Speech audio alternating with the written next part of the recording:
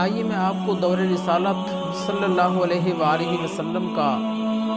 ایک عشق بھرا واقعہ سناؤں۔ نبی کریم علیہ السلام کے دو صحابی حضرت عبداللہ بن جحش اور حضرت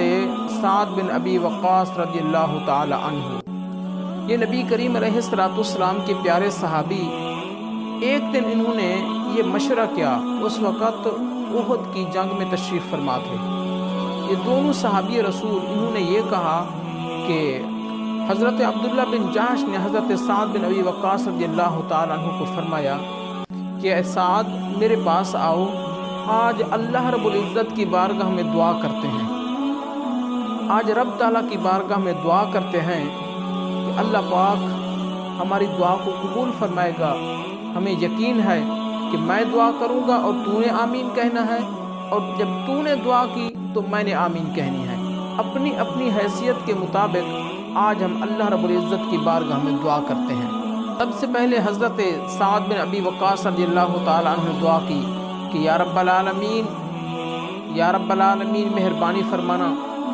کل جب میدان احد کے اندر میں جاؤں لڑنے کے لیے تو میرے مقابلے میں ایک بہت بڑا بہادر مقرر فرمانا، وہ بھی بہت زیادہ حملہ کرنے والا ہو اور میں بھی بہت زیادہ حملہ کروں اس پر، وہ مجھ پر حملہ کرے میں اس پر حملہ کروں، میں اس پر غالب آ جاؤں اور مجھے اس کی غنیمت حاصل ہو، مجھے اس کی غنیمت حاصل ہو۔ حضرت عبداللہ بن جحش نے کہا آمین۔ اب حضرت عبداللہ بن جحش رضی اللہ تعالی عنہ دعا کر رہے ہیں کہ یا رب العالمین، کل جب میں میدان احد کے اندر جاؤں تو جو مجھ پر کافر حملہ کرے وہ بھی بہت بڑا سخت ہو، سخت حملہ کرے اور میں بھی اس پر زوردار حملہ کروں۔ جب میں شہید ہو جاؤں تو وہ میرے کان کاٹ ڈالے، میری آنکھیں نکال لے، میرا ناک کاٹ لے۔ تو حضرت عبداللہ بن جحش رضی اللہ تعالیٰ نے جب یہ دعا کی تو حضرت سعد بن ابی وقاص رضی اللہ تعالیٰ عنہ نے کہا آمین، اور ساتھ ساتھ یہ بھی ارشاد فرمایا کہ یا رب العالمین، کہ جب تو کل قیامت والے دن مجھے بلائے، میں تیری بارگاہ میں حاضر ہوں اور تو مجھ سے کہے کہ عبداللہ تیرے کان کہاں ہیں اور تیرا ناک کہاں ہے، تو میں یہی عرض کروں کہ یا باری تعالیٰ وہ تو میں نے تیرے اور تیرے پیارے رسول صلی اللہ علیہ وآلہ وسلم کی رضا کی خاطر وہ تو کٹوا دیے ہیں، میرے کان بھی کاٹے گئے، میری ناک بھی کاٹی گئی، تو کہے صدقت یا عبداللہ بن جحش، اے عبداللہ بن جحش تو نے سچ کہا ہے۔ تو حضرت سعد فرماتے ہیں کہ اگلے دن واقعی آپ کے کان اور ناک دونوں ایک دھاگے کے اندر پروئے ہوئے تھے۔ تو دیکھیے کہ صحابہ کرام رضوان اللہ تعالی علیہم اجمعین کا جذبہ عشق دیکھیے، جذبہ جہاد دیکھیے، رب رسول کی خاطر کتنی اپنی جان کے نذرانے پیش کرتے تھے، حتیٰ کہ اپنے اعضاء بھی کٹوا لیتے تھے، اس لیے کہ کل قیامت والے دن رب تعالیٰ جب ہم سے پوچھے تو ہم اپنے رب کو یہ جواب دیں کہ یا باری تعالیٰ سب کچھ تیرے اور تیرے پیارے رسول کی رضا کی خاطر ہم نے یہ کیا تھا۔ اور حضرت مولا علی مشکل کشا شیر خدا رضی اللہ تعالی عنہ نے آپ کیسے لڑے اللہ رسول کی رضا کی خاطر، آپ نے کیسی بہادری دکھائی،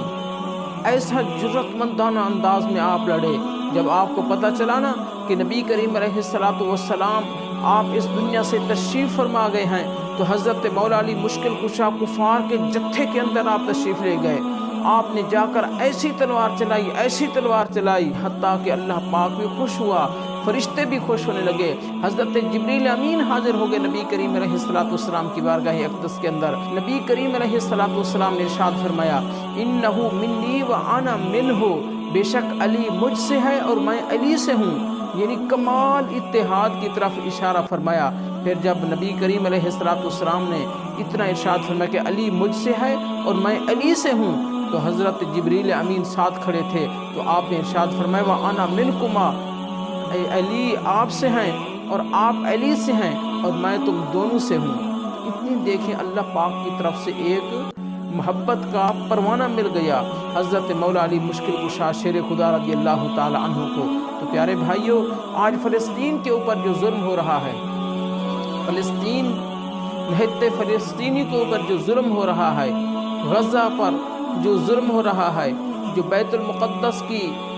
عزت کو پامال کر رہے ہیں، مسجد اقصیٰ کی عزت کو پامال کر رہے ہیں، تو آج ہمیں چاہیے، ہمارے اوپر جہاد کرنا اب فرض ہو چکا ہے۔ ہماری حکومت یہ اعلان کرے، ہم حکومت وقت کو یہ پیغام دینا چاہتے ہیں کہ ہماری حکومت وقت اب اعلان کرے کہ چلو جہاد کے لیے تیار ہو جاؤ، ہم نے فلسطین کو بچانا ہے، ہم نے مسلمانوں کو بچانا ہے،